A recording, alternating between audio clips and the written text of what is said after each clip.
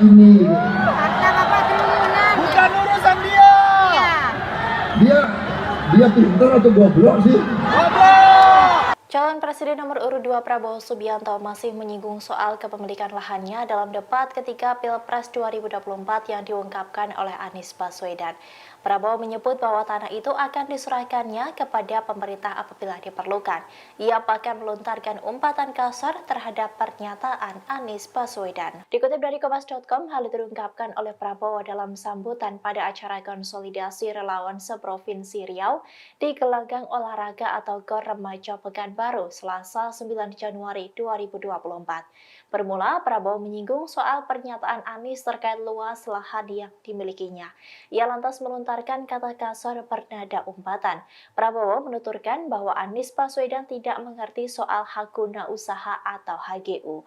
Ia menegaskan bahwa tanah miliknya itu merupakan tanah negara, rakyat, dan bangsa.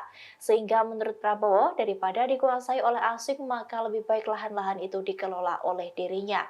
Bahkan ia menegaskan bersedia menyerahkan tanah tersebut sehingga tidak perlu diperdebatkan lagi. Menurutnya, dalam hal ini Anies hanya menunjukkan keburukannya. Prabowo pun kembali melontarkan kata-kata kasar di hadapan para audiens. Prabowo juga menyebutkan bahwa lahannya bukan 340.000 hektar seperti yang disebutkan Anies, melainkan lebih. Ia juga menuturkan bahwa Anies ingin membuat rakyat membenci dirinya. Download Tribun X sekarang, menghadirkan lokal menjadi Indonesia.